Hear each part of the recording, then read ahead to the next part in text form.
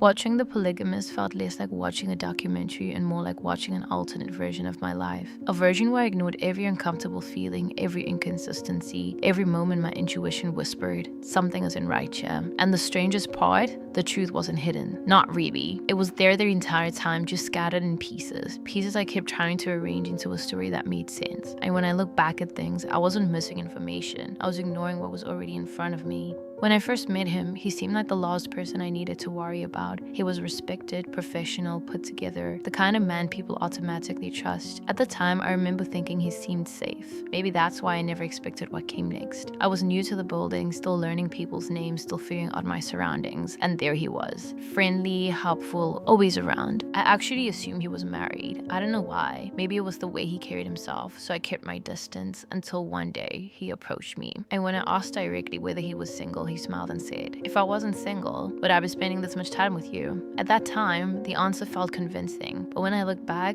it wasn't really an answer at all. What I didn't realize then was that people tell you who they are long before they tell you the truth. Not with words, but with patterns, with behavior, and with what they avoid. He always wanted to spend time in my apartment. Never outside, never in public, never any way he could be seen. No dates, no restaurants, no plans that involved daylight. At first, I explained it away. Maybe he was busy, maybe he was private, maybe I was overthinking. It's amazing how creative we become when we're trying to protect a version of someone we like. But the inconsistencies kept growing. Calls that weren't answered, long disappearances, excuses that never quite fit together, stories with missing pieces, and every time something felt off, I convinced myself I was imagining things. I thought I was paranoid. I thought I was being difficult. What I eventually learned was that my intuition wasn't attacking him. It was trying to protect me. Later on, something happened. Not one big revelation, not one dramatic moment, just more pieces, more cracks, more stories that didn't seem connected at first. I heard about a coworker, a woman he had shown interest in. When she rejected him, things changed. Suddenly, she was being criticized, micromanaged, made to feel small. From the outside, it looked professional, but behind the scenes, it was actually personal. That's the thing about power. Sometimes it doesn't announce itself. It quietly punishes people who refuse access. Then I started hearing other stories, other women, other situations, other patterns. And the more pieces appeared, the harder it became to ignore the picture they were creating. The man I thought I knew was slowly disappearing. And in his place, someone else was emerging, someone who looked familiar, but felt completely different. The truth didn't arrive dramatically. There wasn't a confession, there wasn't a confrontation, there wasn't a movie scene. Just information. Unexpected information. But kind that suddenly explains everything. He actually had a family,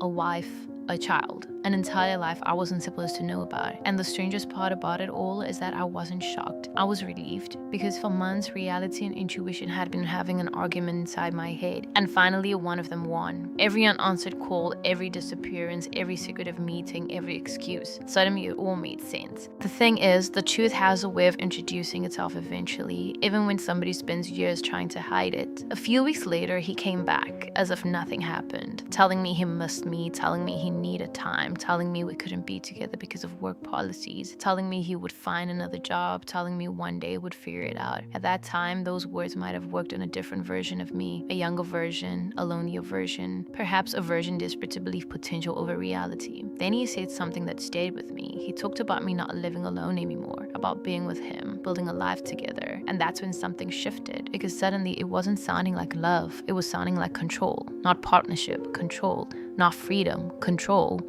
Looking back, I don't think he was offering me a future. I think he was offering me a role in a story he was already telling multiple women at the same time. And for the first time, I wasn't listening to the words, I was watching the actions. Watching The Polygamist reminded me of something I didn't understand back then. The truth rarely arrives all at once. It introduces itself in pieces, a strange feeling, an unanswered question, a story that doesn't add up, a pattern you can't explain. At the time, those pieces felt insignificant, but when I look back at it, they were the entire story. And sometimes I think about what would have happened if I had ignored them, if I had stayed, if I had kept explaining everything away. Maybe I would have become another secret, another hidden chapter, another person trying to compete with a life I never knew existed, but I lived. And every now and then I feel grateful for that, not because I escaped heartbreak, but because I escaped confusion. Because some people don't reveal who they are all at once. They reveal themselves in pieces, and eventually the pieces tell the truth.